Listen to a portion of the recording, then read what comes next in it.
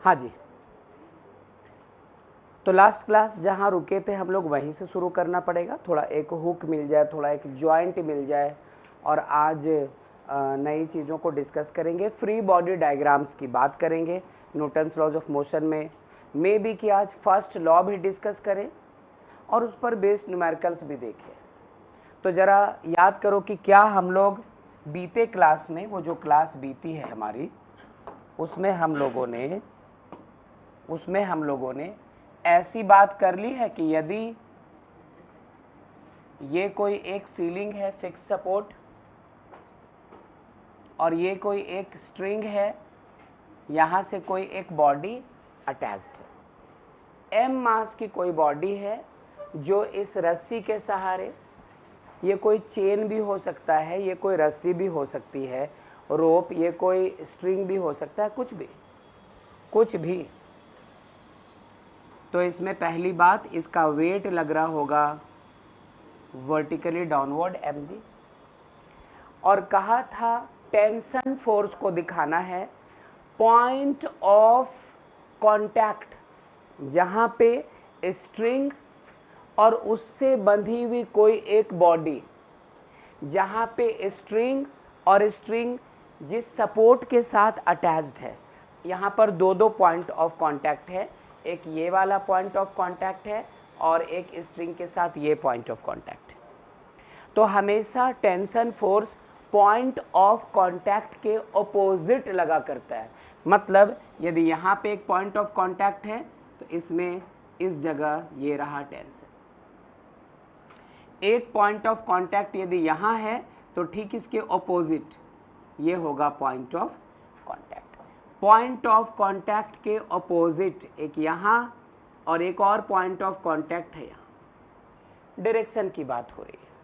यदि कोई तुमसे पूछे कि बताओ इस जगह टेंशन का डायरेक्शन क्या है, बोलना मुझे नहीं पता।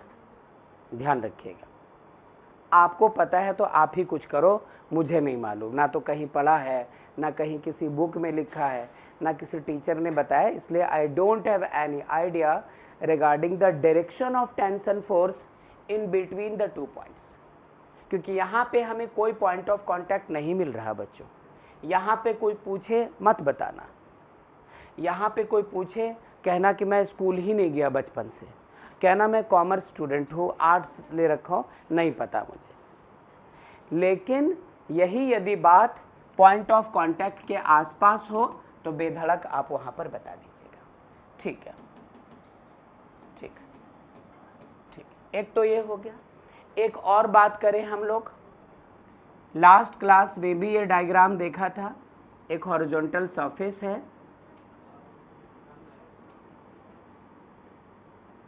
और किसी एक धागे से, किसी एक स्ट्रिंग से, किसी एक चेन से, किसी एक रस्सी, किसी एक रोप से इन दोनों को करवा दिया है अटैच्ड। यहाँ पर टेंशन आप उस दिन क्या ले रहे थे?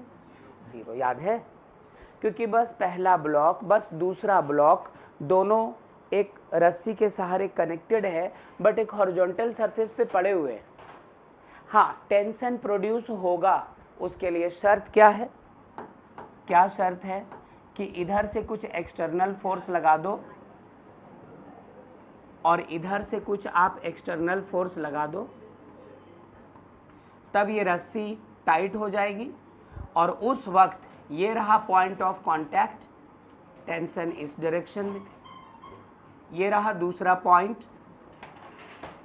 टेंशन इस डायरेक्शन में, और ये कोई हॉरिजॉन्टल सरफेस आप ऐसा मान लीजिए। Am I clear? तो हम लोग एग्जैक्टली यहाँ पर एक बार फिर से किसकी बात कर रहे हैं? किसकी बात कर रहे हैं हम लोग? टेंशन फोर्स की बात कर रहे हैं।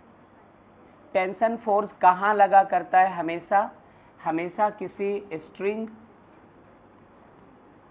में लग रहा होता है, या क्वेश्चन में स्ट्रिंग की बात नहीं की गई है बल्कि उसके जगह उन्होंने कोई चेन दे दिया, मेटल चेन या वायर दे दिया है। स्ट्रिंग हो या फिर वायर हो या फिर चेन हो या फिर कोई रस्सी हो, रोप, ऐसे क्या रोप का स्पेलिंग सही है प्रिया? हाँ होना ही था, ऐसे पूछा। हाँ चलो ठीक है, ठीक है। प्रिया तो इतने कॉन्फिडेंस से बता रही है। हाँ चलो, तो ये एक चीज़ हो गई। तो आपको टेंशन को लेकर हमेशा इस बात का ख्याल रखना है कि जहाँ पर भी वो स्ट्रिंग किसी चीज़ के साथ कांटेक्ट में हो, पॉइंट ऑफ कांटेक्ट हो, उसके जस्ट अपोजिट डायरेक्शन में आपको टेंशन फोर्स दिखा देना है। क्या यहाँ तक ठीक है? सीख लिया था इसको, ये नई बात नहीं है। अभिनव, हुमा, आवाज़ दीजिए। बिल्कुल नई बात नहीं है। ठीक है, ठीक है। एक सिंगल बॉडी ले लो आप,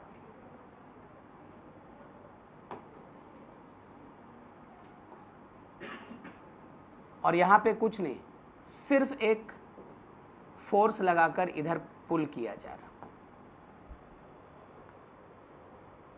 अब एक चीज आपको यहाँ पर नई दिखाई पड़ेगी। कौन सी चीज? वो सुनना कि फोर्स, एक्सटर्नल फोर्स का डायरेक्शन ये था, तो टेंशन फोर्स का डायरेक्शन ये था, इसके ऑपोजिट। जब एक्सटर्नल फोर्स का डायरेक्शन ये हुआ तो टेंशन फोर्स का डायरेक्शन इसके ऑपोजिट। आप ये मत सोचना कि अप्लाइड फोर्स के अगेंस्ट ही होगा टेंशन फोर्स, ये मत सोचना कि अप्लाइड फोर्स के ऑपोजिट ही होगा टेंशन फोर्स।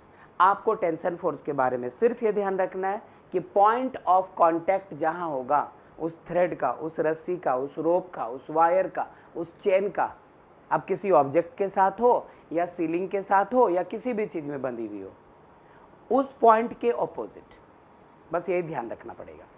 तो यहाँ पर आप देखो, यदि ये है पॉइंट ऑफ कांटेक्ट, तो इसी डायरेक्शन में हम लोगों को यहाँ पर क्या देना पड़ेगा? टेंशन। ये मत बोलना कि एक्सटर्नल फोर्स के अगेंस्ट टेंशन, एक्सटर्नल फोर्स के अगेंस्ट टेंशन, तो फिर एक्सटर्नल फोर्स के अलोंग क्यों दिखा दिया? कोई लेना देना ही नहीं है। आपको लेना देना रखना होगा किस चीज़ से? पॉइंट ऑफ कांटेक्ट से। क्लियर? क्लियर? तो ये सिचुएशंस थे, पहले इसको नोट कीजिए। एक नई बात आपको, और नॉर्मल रिएक्शन के बारे में बात हो गई थी, थोड़ा सा बता दूं उसके बाद। और ये रूल्स बहुत ज़रूरी है अच्छे से सीखना। इनको सीखने में कोई जल्दबाजी मत कीजिएगा, वरना आपके कितने चैप्टर्स जाएंगे वो सुनो। पहले तो न्यूटन्स लॉज ऑफ मोशन चले जाएंगे, इसमें फर्स्ट लॉ पे अलग न्यूमेरिकल्स, सेकेंड लॉ पे अलग न्यूमेरिकल्स, थर्ड लॉ पे अलग न्यूमेरिकल्स, तीनों गए हाथ से। जब वो सब कुछ पढ़ लोगे तो मोमेंटम वगैरह की बारी आएगी, कंजर्वेशन ऑफ मोमेंटम वगैरह की बारी आएगी, वो गया। जब वो पढ़ लोगे तो आपको पढ़ना होगा सर्कुलर मोशन, वो गया। ये सब एफबीडी के साथ चलते हैं, वो भी गया। सर्कुलर मोशन जाने के बाद आप थोड़ा और आगे जाएंगे, आपको एक नया चैप्टर मिलेगा, वर्क, एनर्जी एंड पावर, वो भी गया। उसके पहले आएगा फ्रिक्शन, वो भी गया। एंड देन ग्रेविटेशन की बारी आएगी। मतलब 3-4 चैप्टर्स आपके मौत के घाट उतर जाएंगे यदि इसको सीखने में हम लोगों ने गलती कर दी तो, जल्दबाजी कर दी तो, और हर चीज़ को अच्छे से सीख कर नहीं गए तो। ये ध्यान रखना बिल्कुल।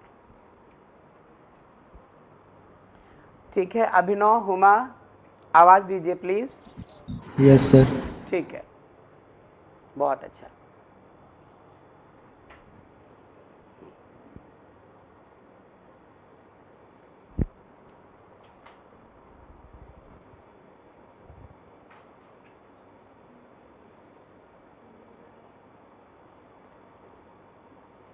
तो छोटा सा क्वेश्चन भी करेंगे। जो सीखोगे उस पर छोटे छोटे क्वेश्चंस लगाओगे तो आपको सोचना आता चला जाएगा कि कैसे सोचना है क्वेश्चन को। डायरेक्टली क्वेश्चन में जाओगे तो स्कूल के टीचर्स, आपके कोचिंग क्लास के टीचर्स वो बताकर निकल जाएंगे, आपको लगेगा कि ये कहाँ से आया, आप इसकी बात कहाँ से कर गए, वो सब कुछ। चलिए, चलो बहुत अच्छा।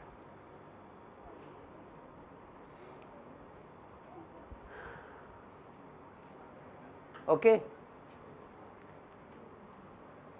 क्या ध्यान रखना होगा आपको टेंशन के बारे में?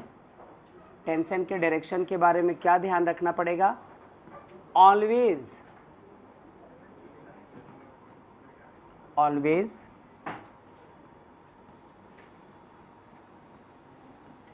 away from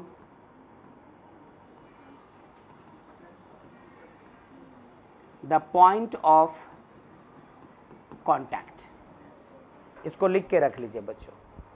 अब मैं एक क्वेश्चन रखूंगा आपके सामने, एक डायग्राम रहेगा, उसमें आपको दिखाना होगा कि टेंशन किस किस डायरेक्शन में एप्लीकेबल होगा।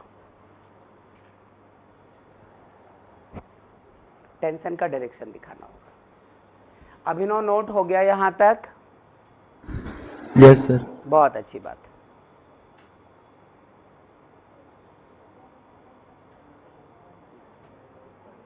चलिए आते हैं क्वेश्चन के पास। एक छोटा सा क्वेश्चन है,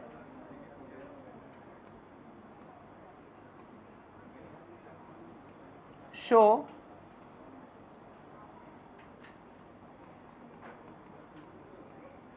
the direction of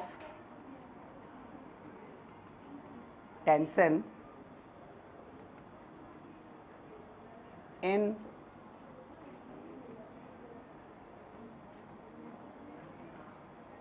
the following figure। थोड़े वक्त के बाद इसको फिगर कहना बंद कर दूंगा मैं और सिस्टम कहूँगा।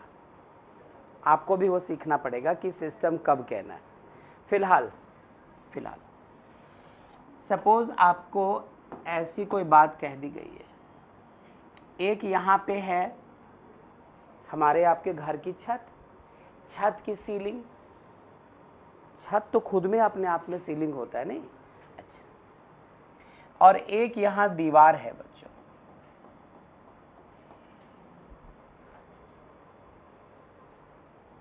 और ये यहाँ पे एक है, कोई एक ब्लॉक है इस तरह से, एक रस्सी यहाँ बंधी हुई है और एक रस्सी यहाँ बंधी हुई है, बस।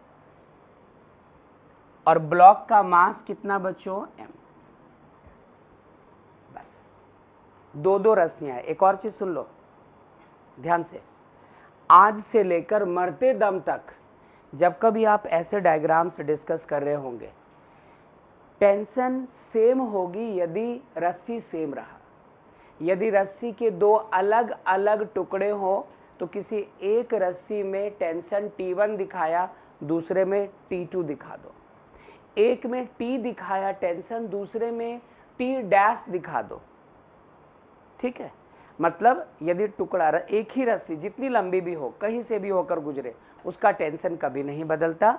लेकिन स्ट्रिंग, धागा, रस्सी, तार का टुकड़ा ये बदल जाए तो आपको उन टुकड़ों में टेंशन्स अलग अलग दिखाना है। पहले मुझे कुछ नहीं कहना, आप कर लो काम, उसके बाद मिलकर देखेंगे। बस ऐसा है कुछ।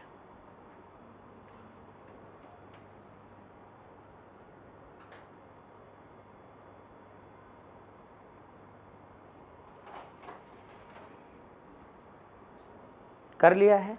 चलिए, कुछ बच्चों ने सॉल्व कर लिया है इसको।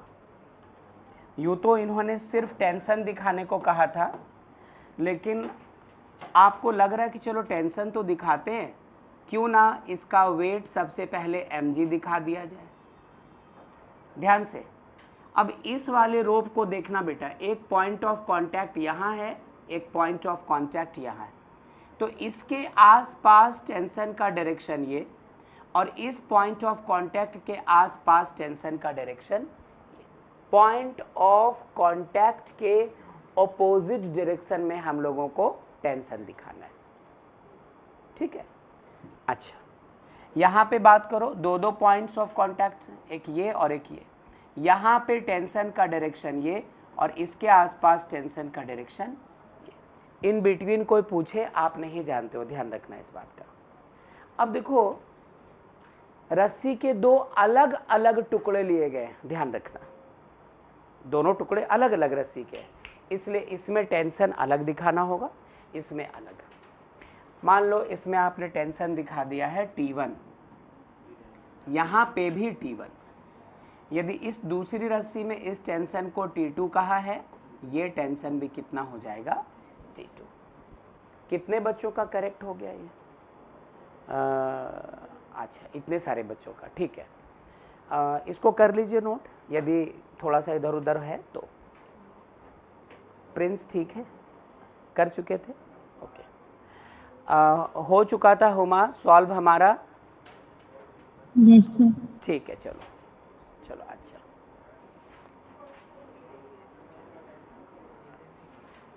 ये नंबर 1 था। चलो नंबर 2 लेते हैं। अपनी मर्जी से कैसा भी बना लो, कैसा भी, किसी भी तरीके का।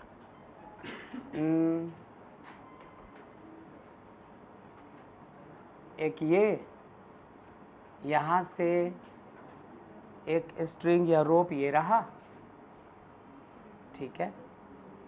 यहाँ से एक ब्लॉक यहाँ पे है, मास कुछ भी ले लो, m1 ले लो, या अभी मास की तो ज़रूरत नहीं पड़ेगी। यहाँ से फिर एक और ब्लॉक इस जगह ले लो, और यहाँ पे कनेक्ट कर दो। चलो इसका भी मास कितना है, m। 2 मासेस है, कुछ इस तरह से अटैच्ड है। ये एक थ्रेड है, रस्सी है, ये एक रस्सी है, ये एक और रस्सी है। तो आपको इन तीनों जगहों पे टेंसेस दिखाना है। ध्यान रखना, पॉइंट ऑफ कांटेक्ट के अगेंस्ट, ठीक है, पॉइंट ऑफ कांटेक्ट के अगेंस्ट। देखिए पहले आप ट्राई कर लो। अभिनव, हुमा, यस सर। चलो ठीक है, ट्राई करो, ट्राई करो।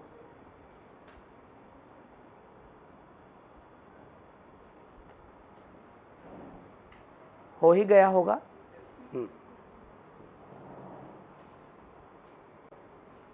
शुरू करें क्या, मिलकर देखें।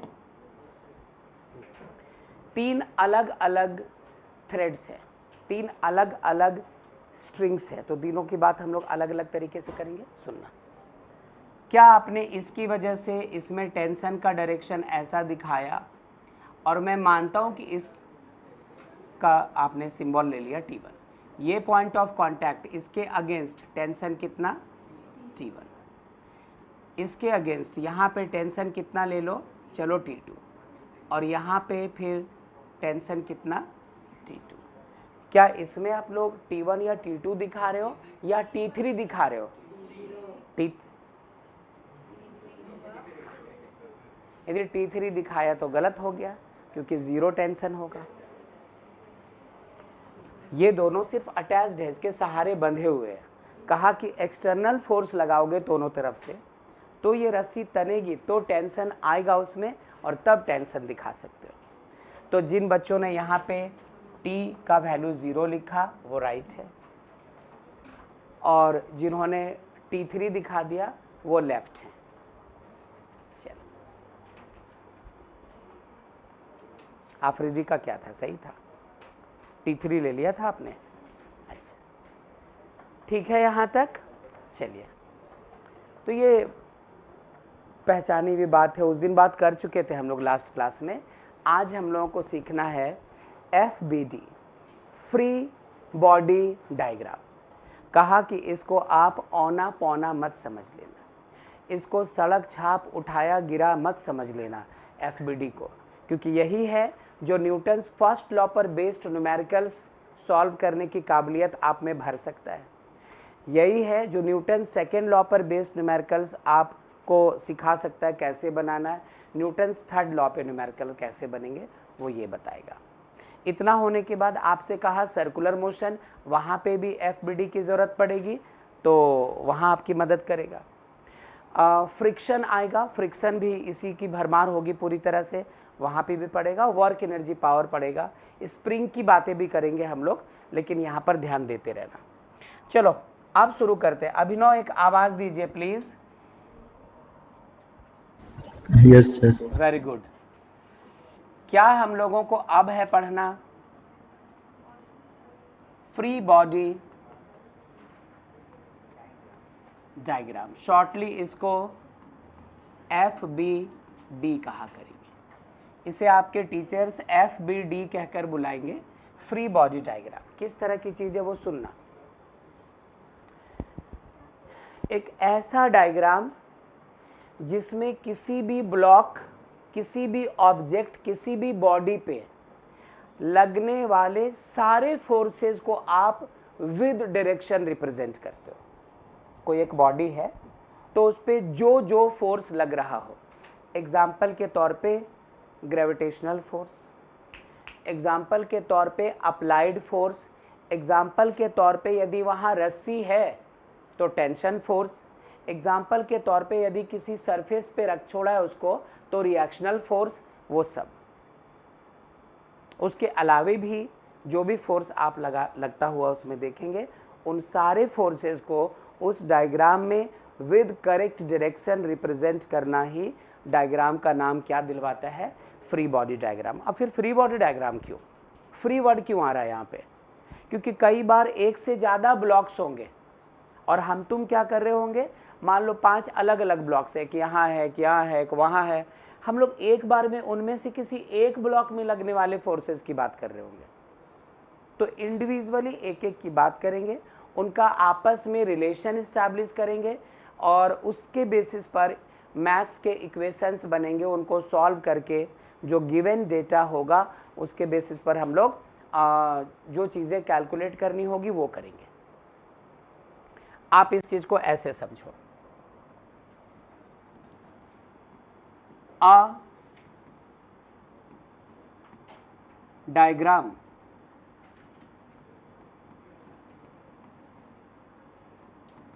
representing all the forces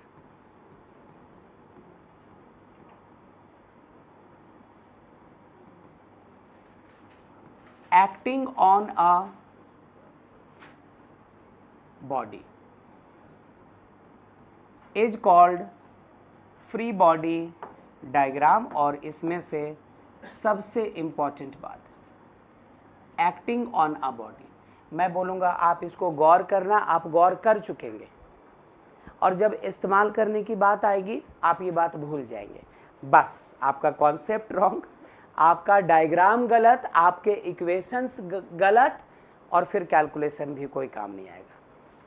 तो इसलिए आपको ध्यान रखना पड़ेगा कि एक ऐसा डायग्राम जिसमें किसी एक पर्टिकुलर बॉडी पे लगने वाले सारे फोर्सेस हम लोग रिप्रेजेंट कर रहे होते हैं, उसे हम तुम फ्री बॉडी डायग्राम कहते हैं। ये लिख तो लो, पहले एग्जाम्पल लेते हैं, ऐसा कुछ सिचुएशन लेंगे। ठीक है हुमा, अभिनव? Yes sir. चलिए बहुत अच्छा।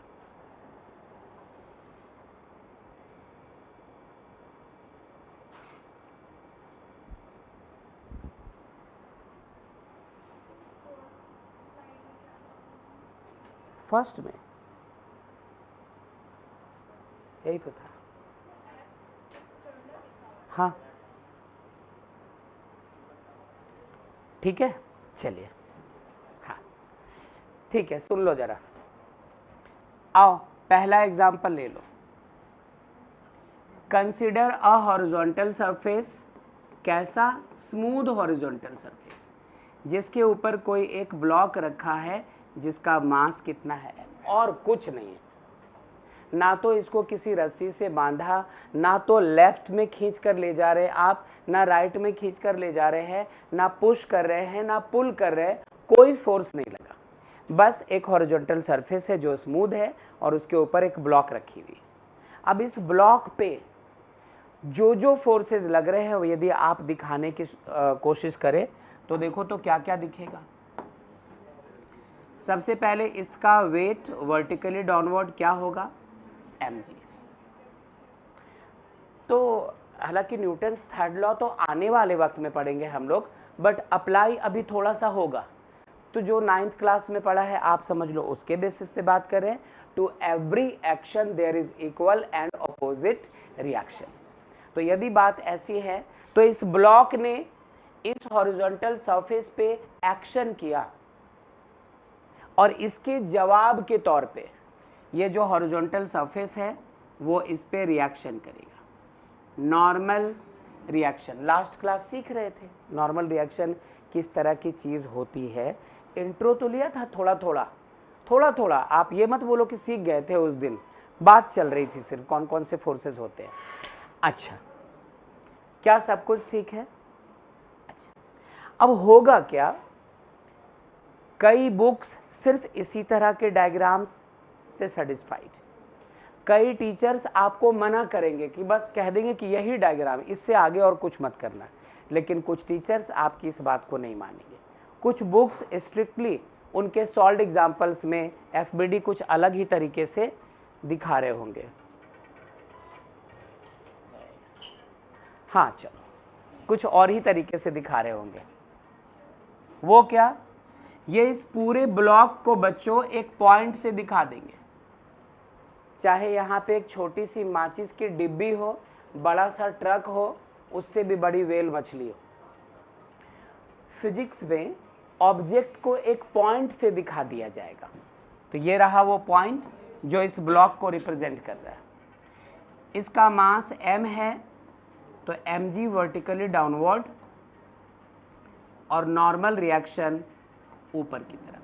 कहा नॉर्मल रिएक्शन को कभी n से और कभी r से रिप्रेजेंट करेंगे हम, कभी n और कभी r। आप कैपिटल R यूज़ करते हो तो रिएक्शन का फर्स्ट लेटर, यदि n यूज़ करते हो तो नॉर्मल का फर्स्ट लेटर, कोई फर्क नहीं पड़ता है। अच्छा, तो ये जो चीज़ है हमारा, इसको भी कहेंगे फ्री बॉडी डायग्राम और इसको भी कहेंगे फ्री बॉडी डायग्राम। थोड़ी सी बात और सही, सपोज हमारे पास कुछ ऐसी बात होती, इस तरह से कोई एक इंक्लाइंड प्लेन होता, ये हॉरिजॉन्टल सरफेस और ये एक तिरछा सा सरफेस है जो यहाँ से एंगल कितना सबटेंड कर रहा है, थीटा। ये एक इंक्लाइंड सरफेस है, हम लोग इसके बारे में जानते हैं। तिरछी सतह होती है, ज़मीन से थोड़ी उठी हुई।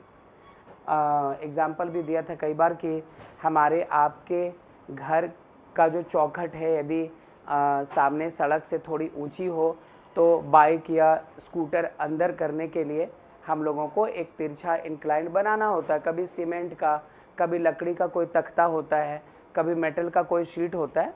आप यही समझ लो कि ज़मीन ये है, हॉरिजॉन्टल सरफेस ये है हॉरिजॉन्टल सरफेस, और हमारा ये है इंक्लाइंड प्लेन। इस पे रख दिया कोई एक ब्लॉक जिसका मास कितना है m, और अभी नहीं पता कि यहीं पे क्यों है, ये सरक कर नीचे क्यों नहीं गिर गई यदि ये सरफेस तिरछी है तो, या इसको किसी ने रस्सी से ऊपर खींच के रखा है या नहीं, इस बारे में भी बात नहीं है। बस ये बॉडी यहाँ पे अभी प्लेस्ड है, शायद उतना एंगल है नहीं जितने में सरक जाए, थोड़ा कम एंगल होगा, कुछ भी हो जाए। अब इस पर जो पहला फोर्स है वो कौन सा लग रहा होगा, mg। और पिछले क्लास में बताया था कि नॉर्मल रिएक्शन हमेशा जिस सरफेस पे बॉडी होती है उस पे परपेंडिकुलर, तो यदि सरफेस बिल्कुल ऐसी होगी तो नॉर्मल रिएक्शन ऐसा, यदि सरफेस को आप ऐसे तिरछी कर दो तो नॉर्मल रिएक्शन भी तो बेंड हो जाएगा, नहीं? यदि सरफेस ऐसे हो जाए नॉर्मल रिएक्शन का डायरेक्शन भी तो इधर चला जाएगा। वो बात यहाँ पे भी है कि ये रहा नॉर्मल रिएक्शन, इसको एफबीडी बोल दो, कोई गलत नहीं। लेकिन कहा कुछ बुक्स को सेटिस्फैक्शन नहीं है, कुछ टीचर्स आपको मना करेंगे कि ऐसे करके मत छोड़ो, अलग से बना के रख लो। तो ये जो पूरा का पूरा ब्लॉक है इसको यूं दिखाते हम तुम, इस पर जो mg लग रहा है वर्टिकली डाउनवर्ड वो ऐसे दिखा देते हैं हम लोग, और जो नॉर्मल रिएक्शन इस सरफेस ने लगाया है इस पे उसको इधर दिखा देते हैं, तब ये कहलाता FBD फ्री बॉडी डायग्राम।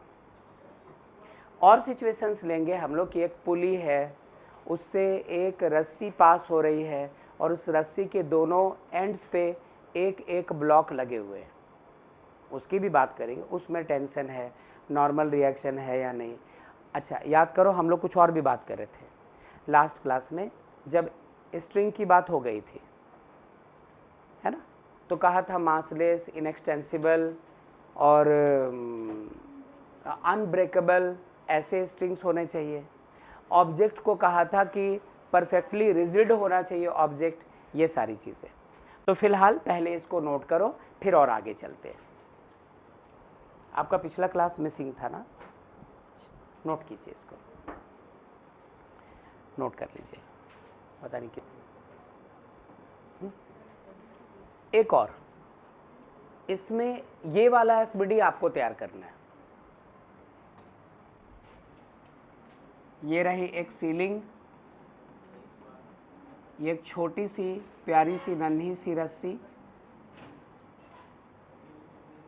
और इससे कोई एक पुली है, कोई घिरनी है जो अटैच्ड है, और इस पुली से होकर कोई एक रोप है जो गुजर रही।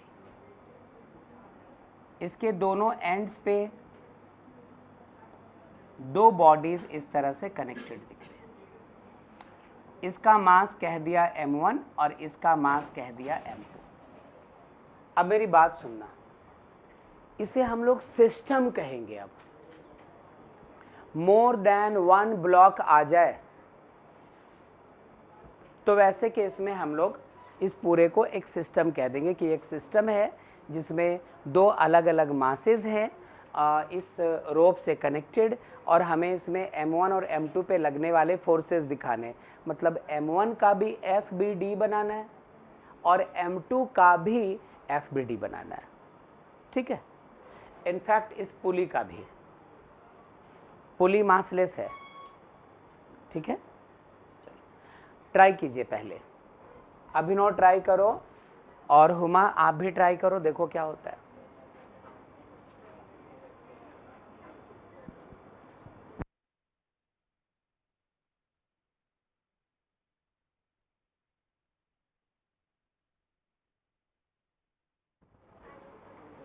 अभिनव, हुमा, गौर कीजिए।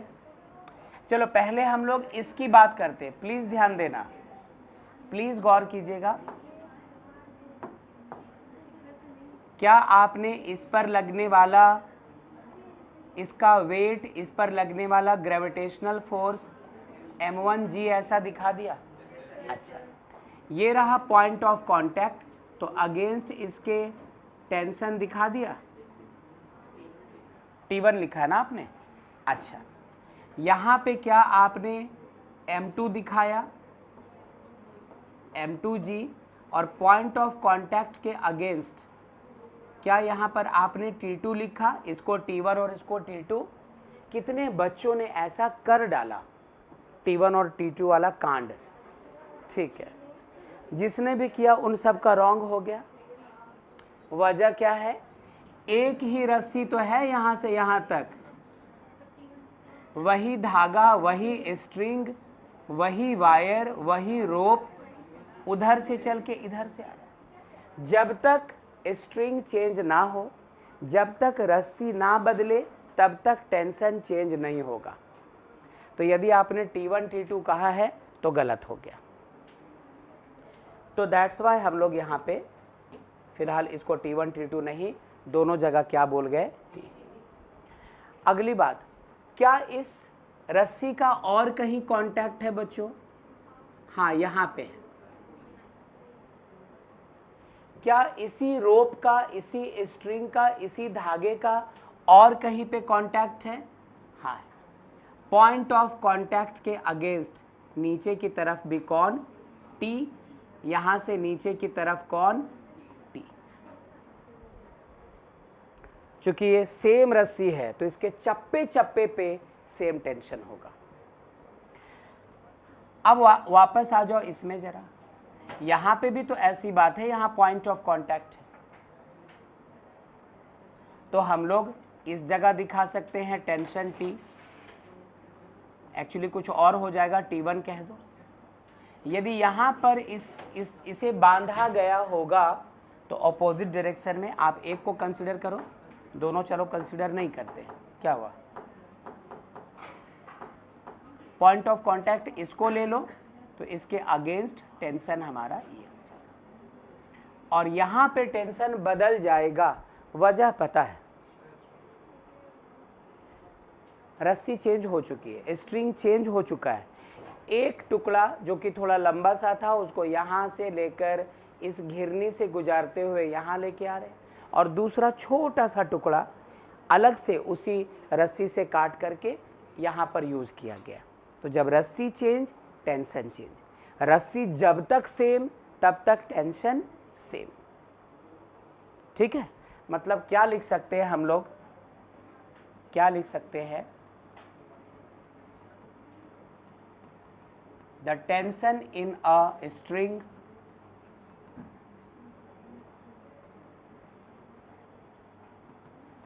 remains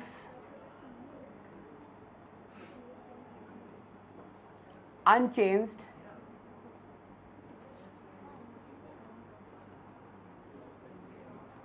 throughout if the string is unchanged।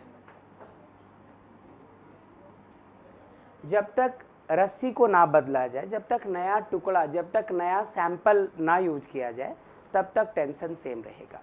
कर लीजिए नोट। अभिनव आवाज़ दीजिए प्लीज़।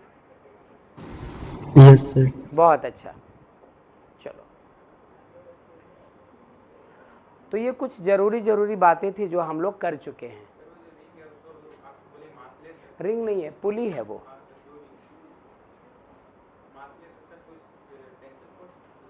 हाँ क्यों नहीं, देखो लास्ट क्लास में हम लोग बात भी तो कर रहे थे कि रिजिड सपोर्ट है ना, या फिर स्टैंडर्ड कोई भी चीज़ कनेक्ट करके चल रहे थे, मासलेस वेटलेस। 90% केसेस में वही दिए जाएंगे। कुछ न्यूमेरिकल्स आएंगे जिसमें कहा जाएगा the pulley has also a mass of 2 kg, half kg, 1 kg, तो इसका अलग रोल होगा बेटा। अभी तब तक जैसे है वैसे ध्यान रखिएगा, ठीक है। चलो, क्या यहाँ से आगे बढ़े?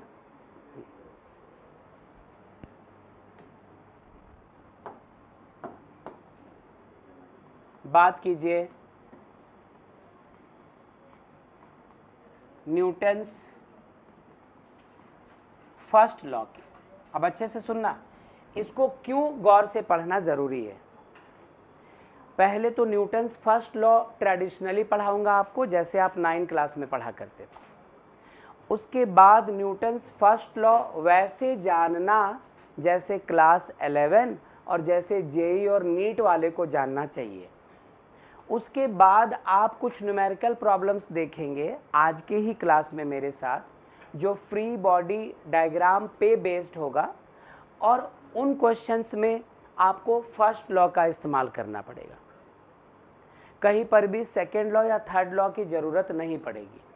तो आपको ध्यान रखना है, ये लॉ सिर्फ इसलिए मत सीखना कि ये 1.5 मार्क्स का आपसे पूछा जाएगा और आप इसको लिखोगे तो आपको इसके बदले 1.5 मार्क्स मिलने वाला। वो क्लास 9 में था।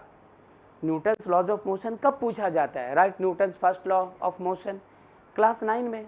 अब 11 में भी वही पूछा जाएगा, तो ज़रूरी चीज़ें कब बात की जाएंगी आपसे, इसलिए न्यूटन्स फर्स्ट लॉ की बात करते हैं। हम में से कोई तो होगा जो बताना चाहेगा। उत्कर्ष बताइए। देन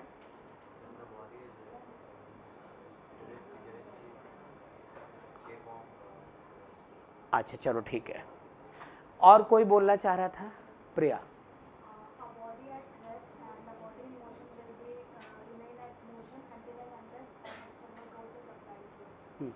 ठीक है, ठीक है।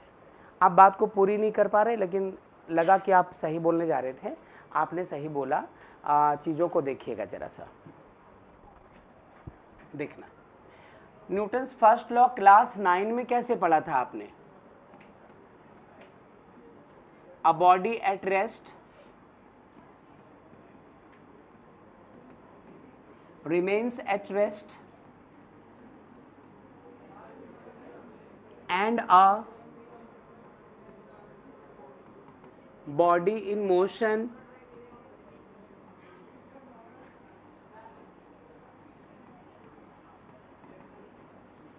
continues its uniform linear motion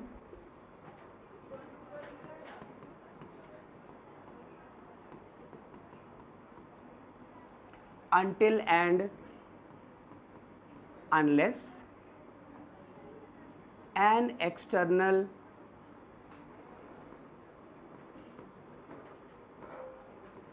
unbalanced force acts on it. यही तो था, यही तो था। यदि कोई बॉडी रेस्ट में है तो रेस्ट में रहना चाहती है, यदि कोई बॉडी मूव कर रही है तो अपने यूनिफॉर्म लीनियर मोशन को कंटिन्यू बनाए रखना चाहती है जब तक कि उस पर कोई एक्सटर्नल अनबैलेंस्ड फोर्स लगना शुरू ना हो जाए। यही बात किया था हम लोगों ने। अब ये तो बात वो हो गई जो आप स्टैंडर्ड 9 में भी पढ़ा करते थे। इसका मतलब ये नहीं कि क्लास 11 में ये गलत है, सही है, लेकिन इसी चीज़ को हम लोग मैथमेटिकली डिस्कस करेंगे, इसी चीज़ को मैथमेटिकली डिस्कस करेंगे। और वो क्या होगा, वहाँ पहुँचने से पहले यहाँ जो बात चल रही है वो ज़रा सा देख लीजिएगा।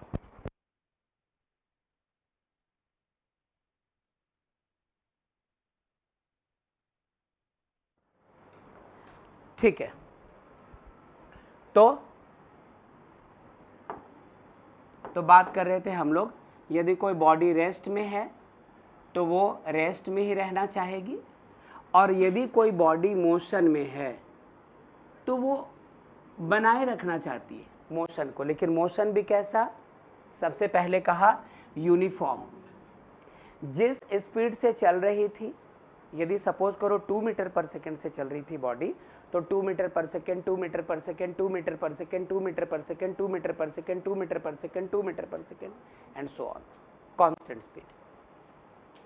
यदि ज़रा भी कम या ज़्यादा हुई मतलब फोर्स लग गया, यदि वो स्लो हो गई मतलब कोई ब्रेक लगा गया होगा, यदि 2 मीटर पर सेकेंड से थोड़ा सा ज़्यादा हो गया मतलब किसी ने पुश कर दिया होगा, तो दैट्स वाई वो क्या बनाए रखना चाहती, अपनी यूनिफॉर्म और लीनियर मोशन। यहाँ पर कहने का मतलब है डायरेक्शन चेंज भी नहीं करना चाहती। Inertia of direction 9th class में था ना, inertia of rest, inertia of motion और इनर्शिया ऑफ डायरेक्शन, तीनों की बात होती है। अच्छा, आगे सुनना। कब तक? Until and unless an external, जो हम तुम अप्लाई करेंगे, जो किसी कार का इंजन है वो अप्लाई करेगा, कोई है ना ऐसा, और वो भी कैसा होना चाहिए? अनबैलेंस्ड। अनबैलेंस समझने से पहले आपको इक्विलिब्रियम समझना पड़ेगा।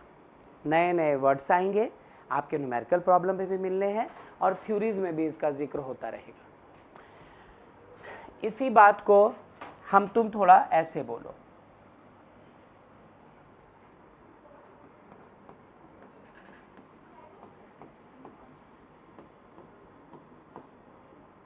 if F net on a body equals to 0, then A net on the body produced will also be 0। या तो आप न्यूटन्स फर्स्ट लॉ के लिए इतनी सारी चीज़ों को याद करके रखो या सिर्फ ये पता करके रखो। कोई तुमसे पूछे न्यूटन्स फर्स्ट लॉ बताओ, सिर्फ इतना बता दो, ये ब्लू वाला हिस्सा, कि यदि किसी बॉडी पे नेट फोर्स 0 हो जाए तो बॉडी का नेट एक्सेलरेशन भी 0 हो जाएगा। और एक्सेलरेशन हम लोग कब पढ़ करके आ रहे थे? Motion in straight lines, motion in 1 dimension पढ़ते समय, यूनिट्स एंड डायमेंशन पढ़ने के तुरंत बाद का चैप्टर वही तो था। Acceleration, instantaneous acceleration, average acceleration, उस पर न्यूमेरिकल्स ढेर सारे, बहुत सारा कुछ करके आ रहे थे। तो एफ नेट यदि 0 हो जाए तो एक्सेलरेशन भी उस बॉडी का 0 हो जाएगा। एफ नेट का मतलब बाहर से फोर्स या तो बिल्कुल मत लगाओ, या लगाया तो वो सारे फोर्सेस कैंसिल हो जाए, धीरे धीरे आएगा। मतलब इनका एग्जाम्पल लेने के लिए मुझे डायग्राम बनाने की ज़रूरत पड़ सकती है, या बताने के लिए मुझे 10 to 15 मिनट्स उसी टॉपिक पे रुकना पड़ सकता है। यदि वो दोनों ना करे और थोड़ा वेट करे, ऐसे किसी न्यूमेरिकल के आ जाने की, ऐसा कोई एग्जाम्पल आ जाने की, जब सच में आपको उसमें दिखे कि या तो कोई फोर्स ही नहीं लगा है, या एक से ज़्यादा 2 फोर्सेस लग गए, 3 लग गए, 4 लग गए, और सारे फोर्सेस ने एक दूसरे को कर दिया कैंसिल, तो नेट फोर्स क्या हो जाता है? 0। नेट फोर्स जीरो का मतलब आप ना तो उसको स्पीड अप करने के लिए कुछ फोर्स लगा पाए हो, ना तो उसको रिटार्ड करने के लिए कुछ फोर्स लगा पाए हो, ना तो उसमें ब्रेक लगा है और ना तो आप उसको एक्सेलरेट कर पाए हो, फास्ट कर पाए हो। सारे फोर्सेस वैसे केस में वहाँ पर क्या है, ज़ीरो। तो ये एक बात होती। इसी चीज़ को ऐसे भी लिख दो कि यदि कोई एक बॉडी है, यहाँ पे एक फोर्स इधर से लगा F1, एक फोर्स इधर से लगाया F2, एक फोर्स इधर से लगाया F3। Thank God scalars and factors पढ़ के आ रहे हैं। Force is a vector quantity. Vector F1 plus vector F2 plus vector F3 equals to हो जाए ज़ीरो, तो बॉडी का एक्सेलरेशन भी क्या हो जाएगा, ज़ीरो। अब एक्सेलरेशन ज़ीरो होने के दो मतलब होंगे बच्चों। एक्सेलरेशन ज़ीरो दो हालात में होंगे, या तो बॉडी सचमुच रुकी हुई है, आपके घर, आपके मोहल्ले के आसपास कोई एक कार है जो खराब पड़ी है और पिछले 6 महीनों से उसे उसकी जगह से हिलाया तक नहीं गया, 6 महीनों से उसको आप वहीं पड़ा हुआ देख रहे हो, ना तो उसकी कुछ वेलोसिटी है, वक्त तो दे रहे, 6 महीने का वक्त मिला, लेकिन वो अपना पोजीशन चेंज नहीं कर रहा, उसकी कुछ वेलोसिटी नहीं है, तो A इक्वल टू क्या होता है, V minus you by T. जो उसका इनिशियल वेलोसिटी u था वही उसका फाइनल वेलोसिटी v है, तो v minus you, zero minus zero divided by zero divided by T, zero. और दूसरा एक्सेलरेशन जीरो होने का मतलब है कि ना तो स्पीड अप होता जाए वो ऑब्जेक्ट और ना तो स्लो डाउन होता जाए। जो उसका u है वही थोड़ी देर के बाद उसका v रह जाए, जो उसकी इनिशियल वेलोसिटी है वही थोड़ी देर के बाद उसकी फाइनल वेलोसिटी हो जाए, तब भी तो v माइनस यू ऊपर कैंसिल होकर जीरो हो जाएगा, टाइम से डिवाइड करोगे तो जीरो रिजल्ट आ जाएगा। तो यहाँ पर एक्सेलरेशन जीरो के दो मीनिंग है। क्या क्या मीनिंग हम लोग कर सकते हैं, इसका मतलब क्या कर सकते हैं कि इधर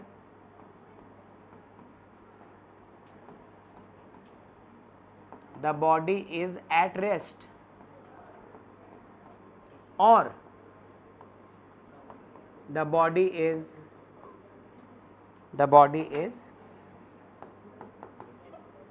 moving। कैसे,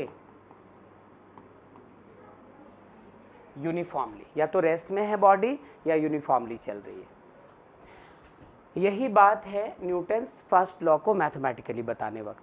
तो या तो आप इतना सब कुछ बताओ या फिर सिर्फ बता दो कि according to Newton's first law if F net on a body zero then A net also zero, बस इतना कह दीजिए। ये टेक्निकल टर्म हो गए, तो इस चीज़ को अब आप नोट कर लीजिए, फिर आगे चलते हैं। और ये सारी बात जो हम तुम कर रहे हैं, इन सब का एक ही टारगेट है कि आगे जितने भी न्यूमेरिकल्स, कॉन्सेप्चुअल और आने वाले थ्योरीज हैं वो पूरी तरह से समझ पाए, क्योंकि जो अभी सीख रहे हो उसका यूज होगा। आवाज़ दीजिए Huma. Yes sir. Very good. Abhinav. Yes sir. ठीक है।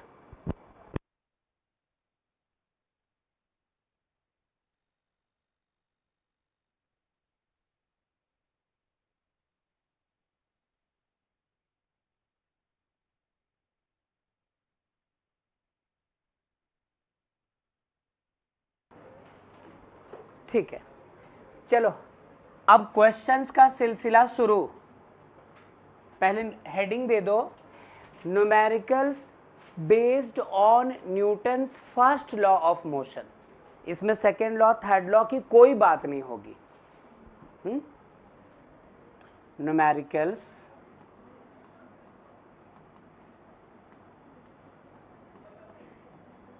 बेस्ड ऑन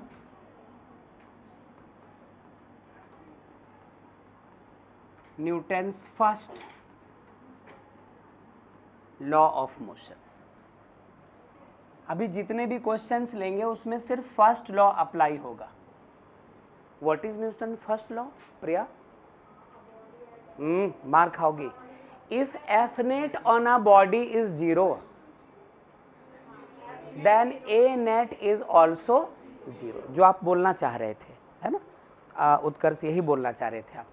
तो ऐसे बता दीजिएगा, जब सामने वाला बोले कि नहीं वो जो क्लासिकल डेफिनेशन है वो बताओ, तब वो बता देना, है ना। चलो ध्यान दीजिएगा, ये रहा पहला क्वेश्चन। अभिनव, हुमा, आवाज दो। Okay,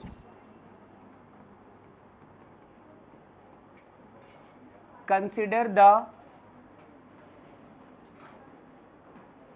system of two masses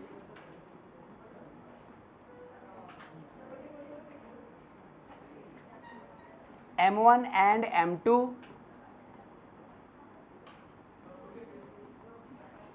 shown in the figure and find the tensions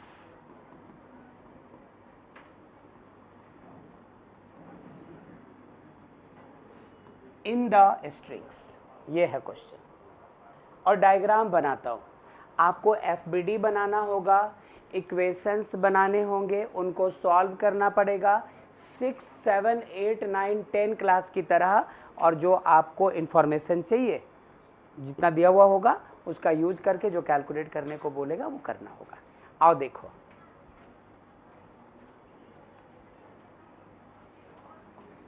ये एक सीलिंग है, एक रस्सी है, एक रोप है, एक स्ट्रिंग है, यहाँ से एक बॉडी m1, एक और रस्सी है, यहाँ पे एक body m2। Suppose m1 1 kg और m2 3 kg। बस इतना ही इंफॉर्मेशन गिवन है। तो डायग्राम अच्छे से देखो, और इसका हम लोग FBD तैयार करके और फिर करेंगे सॉल्व। पहले इसको नोट कर लीजिए, हम लोग नोट कर लो फिर सॉल्व करते हैं।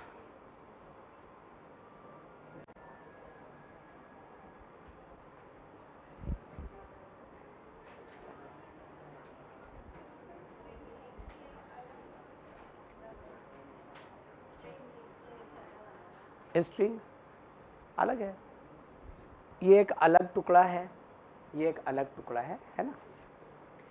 चलिए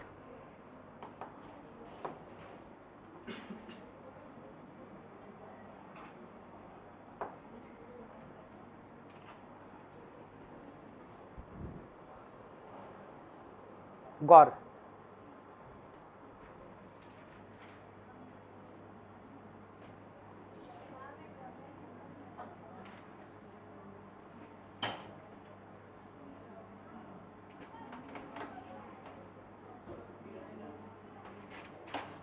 चलिए ध्यान देना,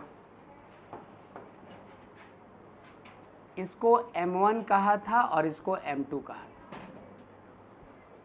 हमें पता है कि सॉल्व करने के दौरान जब m1 का वैल्यू पुट करना होगा तो 1 पुट करेंगे, और m2 के जगह कुछ वैल्यू पुट करना होगा तो पुट करेंगे कितना, 3 था ना, 3 पुट करेंगे। चलिए FBD तैयार करो, फ्री बॉडी डायग्राम तैयार कीजिए। पहले m2 की बात करते हैं, कौन कौन से फोर्सेस इस पे लग रहे हैं। सबसे पहले इस पे फोर्स लग रहा m2G, और ये पॉइंट ऑफ कांटेक्ट है, यहाँ पे टेंशन कितना दिखा दिया, T1। क्या किसी को कोई ऐतराज यहाँ पे? ठीक है, यहाँ की बात करो, इसकी भी बात करेंगे हम लोग। ये पॉइंट ऑफ कांटेक्ट नीचे की तरफ कितना होगा, सेम, क्योंकि यहाँ से यहाँ तक रस्सी सेम है, T1 है। इसके साथ साथ एक और फोर्स यहाँ नीचे की तरफ लग रहा होगा। मैं उम्मीद करता हूँ कि अभी कोई नोट नहीं कर रहा होगा, क्योंकि यदि कोई नोट कर रहा होगा तो उलझ जाएगा डायग्राम थोड़ी देर में। फिर मैं बोलूँगा कि इसीलिए अलग अलग डायग्राम बनाने को सजेस्ट किया जाता है। इसीलिए जब एक ही डायग्राम में एक सिस्टम में 2 और मोर देन 2 ब्लॉक्स दिखाई जाते हैं ना, तो हम लोग पहले M1 को अलग रख करके उस पर लगने वाले फोर्सेस को दिखाएंगे, फिर M2 को अलग रख करके उस पर लगने वाले फोर्सेस दिखाएंगे, फिर M3 की बात करेंगे, फिर M4 की बात करेंगे, ऐसा। अभी सिर्फ डिस्कस कर रहा हूं मैं।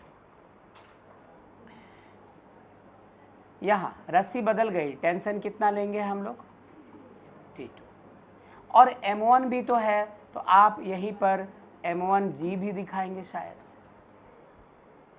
ठीक है? तो ठीक है, लेकिन ऐसा करना कई बार घातक होता है। मैं इसी को पसंद करता हूँ, बार बार कह रहा हूँ, मुझे यही अच्छा लगता है। वो अलग से एक पॉइंट दिखाना, फिर उसको इधर उधर फोर्सेस दिखाना, सिस्टम कहीं गायब सा हो जाता है। इसलिए यही अच्छा है, बट आपको समटाइम्स ज़रूरत हो जाएगी इस चीज़ की कि ऑब्जेक्ट्स को अलग अलग दिखाओ और उस पर लगने वाले फोर्सेस को भी अलग अलग दिखाओ, ठीक है? तो पहले क्या बात होगी वो सुनो।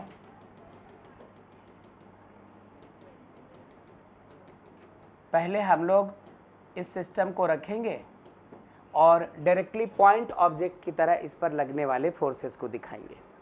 हम में से कोई चाहेगा कि इस M2 को अलग एक पॉइंट जैसा दिखाकर इसका FBD यहाँ दिखाए, M1 को एक पॉइंट सा दिखाकर इसका FBD अलग दिखाए? एक कोशिश करके देखिए तो पहले क्या क्या फोर्सेस आप दिखाना चाहते हैं, उसके बाद मिलकर चलते हैं। ट्राई कीजिए पहले, गलत सलत जो भी हो। मैं पानी पी लेता हूँ।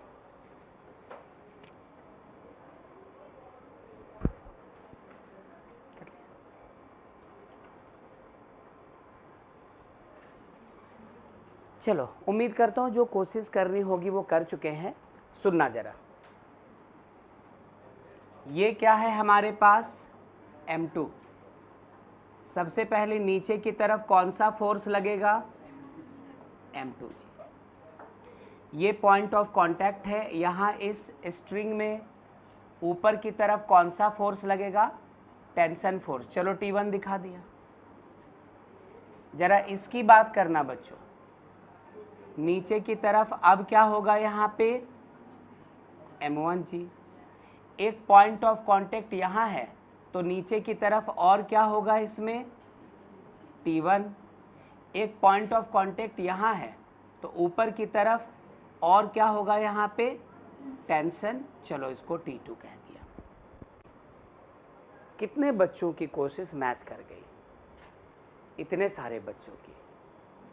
बहुत बढ़िया, बहुत बढ़िया कोशिश, बहुत अच्छा। एक बार फिर से देख लीजिएगा प्लीज़, सीख रहे हैं अभी हम लोग, और उसके बाद फिर इस पर क्वेश्चंस, बहुत अच्छे अच्छे क्वेश्चंस आते हैं। फिर से सुनो। सिर्फ M2 की जब बात कर रहे थे तो इसका वेट लगा M2G वर्टिकली डाउनवर्ड, और ये स्ट्रिंग कनेक्टेड है, तो पॉइंट के अपोजिट डायरेक्शन पे टेंशन लगना था, तो टेंशन इसमें हम लोगों ने T1 माना। ऊपर की तरफ काम खत्म। यहाँ पे आ गए नीचे की तरफ M1G, एक पॉइंट ऑफ कांटेक्ट है, तो यहाँ पर नीचे की तरफ क्या है? T1, क्योंकि इस रस्सी में टेंशन आपने किसको कहा था? T1 को।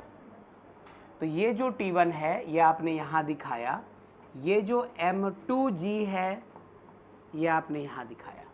इसकी बात हुई, तो यहाँ से नीचे की तरफ ये T1, ऊपर की तरफ ये T2, M1 भी तो था, तो M1G नीचे की तरफ। ये ऑब्जेक्ट है, ये बॉडी है, ऐसा। तो इसको कहते हैं free body diagram of mass M2। इसको कहते हैं free body diagram of mass M1, और इस पूरे को कहेंगे free body diagram of the system. यहां पर सिर्फ क्या दिखाना बाकी रह गया है? M1G। अब आपसे कहता है find the tensions in the strings. दो रस्सियां हैं, ये एक अलग रस्सी है, यहाँ का टेंशन चाहिए, ये एक अलग रस्सी है, यहाँ का टेंशन चाहिए। निकाल लो। T1 ऊपर की तरफ और M2G नीचे की तरफ, तभी तो बॉडी इक्विलिब्रियम में है। अभी थोड़ी देर पहले ये वर्ड आया था, याद करो, कहा था अनबैलेंस्ड तब समझोगे जब इक्विलिब्रियम समझा चुकूंगा। देखो डेफिनेशन, बात तो हुई थी। कहा था अनबैलेंस्ड मैं तब बताऊंगा जब पहले इक्विलिब्रियम बता दिया जाए। इक्विलिब्रियम का मतलब भी होता है नेट फोर्स जीरो किसी भी बॉडी पे। इक्विलिब्रियम का मतलब भी होता है कि बॉडी अपना स्टेट चेंज नहीं करेगी, जैसी है वैसी रहेगी। तो ये बॉडी यहाँ पे है तो यही पड़ी हुई है, रेस्ट में है, ये अपना स्टेट चेंज नहीं कर रही है। ये टेंशन इसे ऊपर उठा नहीं पा रहा और M1G नहीं M2G इसे नीचे गिरा नहीं पा रहा। आई रिपीट, नीचे की तरफ फोर्स लग रहा है M2G जो चाह कर भी इसे नीचे गिरा नहीं पा रहा। ऊपर की तरफ लग रहा है इस रस्सी में टेंशन T1 जो चाहकर भी इसे उठा नहीं पा रहा है। ऐसा क्यों होगा? ये इसलिए होगा क्योंकि T1 और M2G दोनों ना सिर्फ अपोजिट हैं बल्कि इक्वल भी हैं।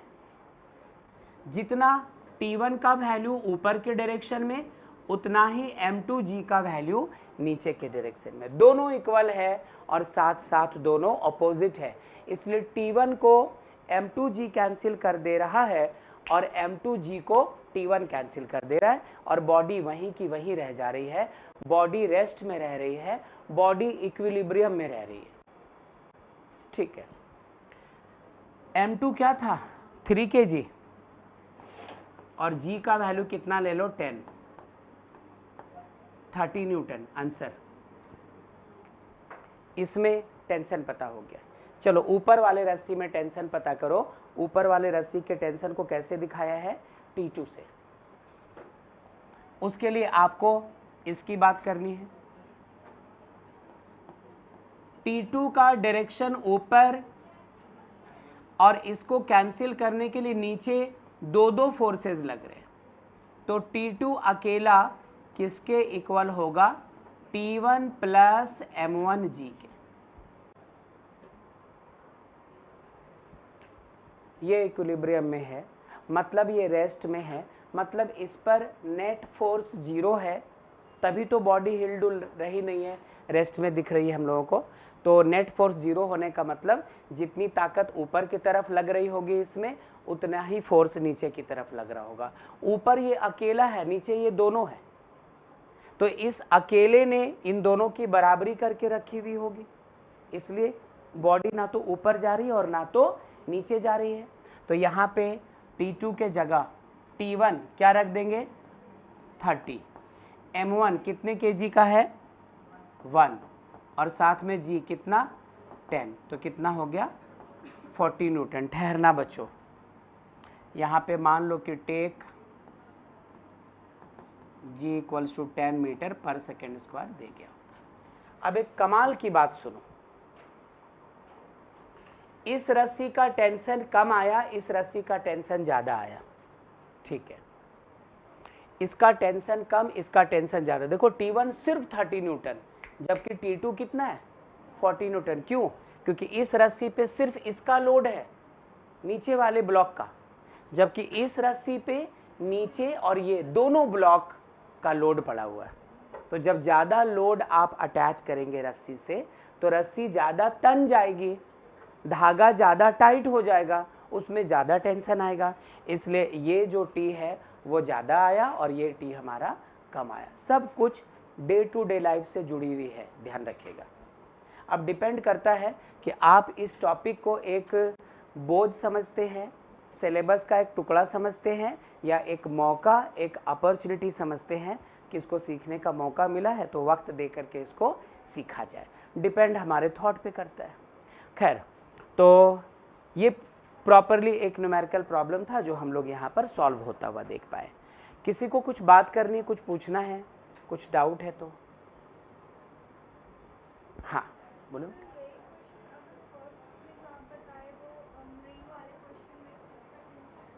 फर्स्ट वाला, इसके पहले कुछ बताया था मैंने, रिंग वाला, वो उसके सिचुएशंस अलग हैं। जैसे उसमें मैंने इक्विलिब्रियम की बात वगैरह नहीं की थी। मे बी कि कोई एक मास भारी होता, कोई हल्का होता, तो कोई ब्लॉक एक नीचे जा रहा होता, कोई ऊपर जा रहा होता, वो सब वहाँ तो सिर्फ बताया था कि FBD में आपको उसमें बेटा एक्सेलरेशन भी आएगा ना, और एक्सेलरेशन कब आएगा? Second law, when some force is applied on a body, then the acceleration produced on the body is directly proportional to the applied force and inversely proportional to the mass of the body, and the direction of acceleration is along the direction of the applied force. Second law, F equal to ma. जब वो पढ़ेंगे तब ऐसा question आएगा, अभी वो नहीं आ रहा है, तो अभी पहले फर्स्ट लॉ पे कर लीजिए, जाएगा उसमें। अच्छा, जल्दी से कर लीजिए नोट इसको। हुमा आवाज़ दीजिए। Yes, sir. ठीक है, समझ पाए इसको? Yes, sir. ठीक, Yes. ठीक है। एक और क्वेश्चन ऐसा ही मैं बोर्ड पे रख रहा हूँ, ऐसा ही, और उसका टेंशन्स आपको पता करना है, बिल्कुल ऐसा।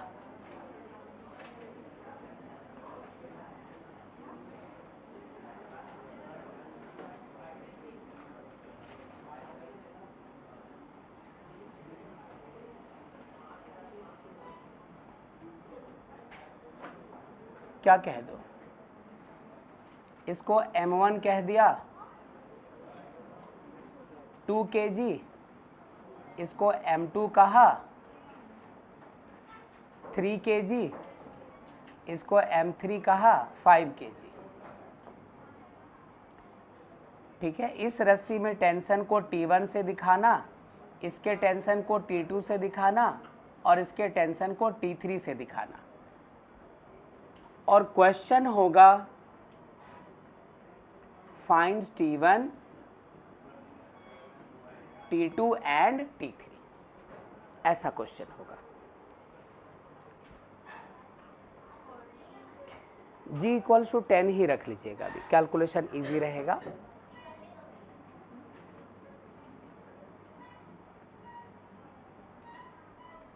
आप इसको ट्राई करो, तीनों FBDs अलग अलग बनाओ, और उसके बाद देखो आंसर क्या आता है। आप इसको ट्राई कीजिए।